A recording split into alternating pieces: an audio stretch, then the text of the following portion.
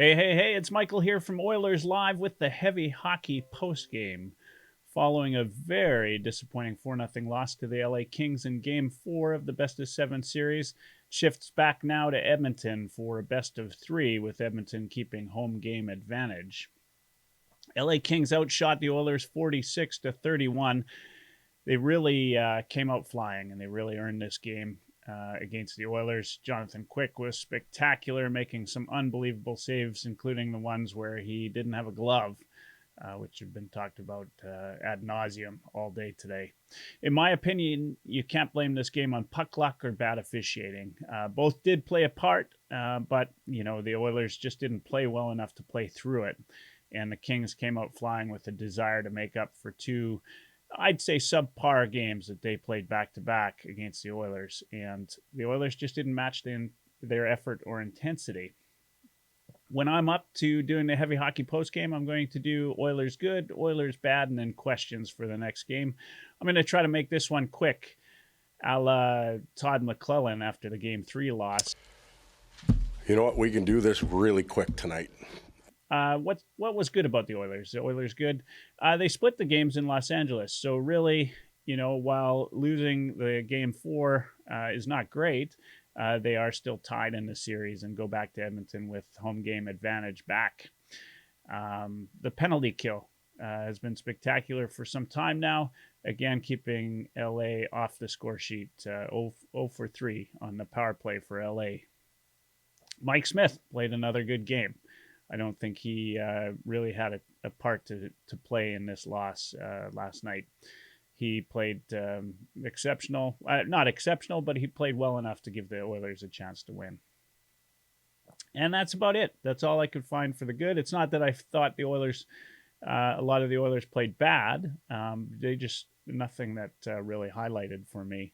As far as what the Oilers could have done better, and this is the bad part of the Oilers for last night's game, they had no killer instinct. They had the chance. They had LA on the ropes. They were, had a chance to go up 3-1, win it at home, win the series in 5, and get some rest. And they didn't do that. They just didn't start on time. It wasn't until 15-16 minute mark of the game, and I think the shots were something like 15 to 3 or 15 to 4 again in the first period before the Oilers woke up a little bit, and even then it wasn't enough. And it wasn't like Game 1 where at the same point in time Connor McDavid had some amazing theatrics to bring the game within 1 going into the intermission. The Oilers didn't do that this game, and so it felt like they were destined to lose this one. There was no Cassian crashing around like he had in games 1, 2, and 3.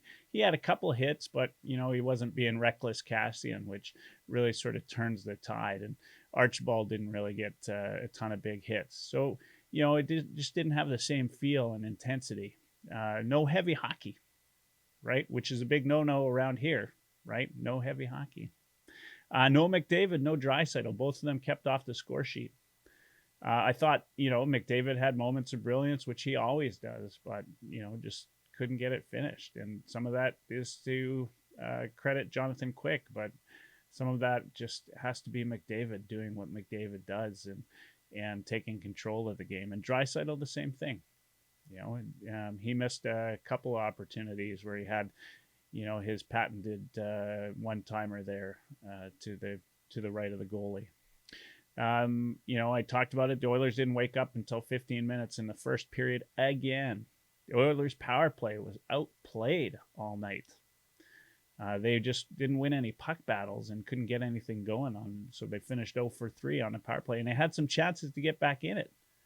The officiating gave them chances last night that they didn't otherwise have. The Oilers spent too much time keying in on Kings like Lemieux, right? It really threw Barry, I thought, off of his game. Barry had a burr under his saddle last night, and it didn't seem to translate well into his puck handling. He lost it one time, bobbled it on the power play. It led to a Kings opportunity. Would love to see Barry shoot more on the power play. That opening shot, it's been talked about during the game is just get that quick shot on the power play and have the guys be prepared for that, and then start the power play going, right? Hurry up and get that quick shot every single time. And it seems to be there's no concern that Barry's going to shoot the puck on the power play. And so the LA Kings can play that differently. So there are lots of areas for improvement for the Oilers. Can they do it? So here's the Oilers questions. We're going to call it a quick run for the post game today. We'll see you after game 5. So who shows up for next game is the big question, right? Do the Oilers actually want to get back in this series? Are they the real deal, or are they just pretenders this year, right? I'm really curious about Woodcroft's usage of Puljujarvi. Again, he played about 3 minutes less than Kane with McDavid last night. And it seemed like Puljujarvi just doesn't necessarily, maybe last night was one of those nights, wasn't getting the chemistry with McDavid. So I'm curious what we see. Is there a chance we see Puljujarvi shuffled from that top line? Could we see Yamamoto up on that top line? Next to Puljujarvi, Yamamoto played the most on that right line. But then where does Puljujarvi go? Maybe drops down to 2. My personal opinion is I doubt we see that happen. But Woodcroft seems to be, favoring taking Puljujarvi off that line if he doesn't like what he sees. Most important question: can the Oilers close out this series? I mean, I'm personally disappointed that they didn't do it. That they didn't have the killer instinct to take this back 3-1. They're not 1 game away from a series win now, right? And they're going home. It's going to be loud. It's going to be great. It's now time for the Oilers leaders to show up and prove that they're in here to win the games. Anyway, that's my take of the Oilers post-game loss 4-0 to the LA Kings.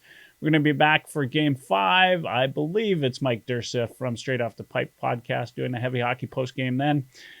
Thanks for tuning in. As always, please like and subscribe and give us your feedback. I mean, I try to do something a little bit different every post game. Come playoffs, it's a little bit harder because there's so many games to do. But we like to have some fun. If I can, I'll try to make it a little bit funnier, do some different things.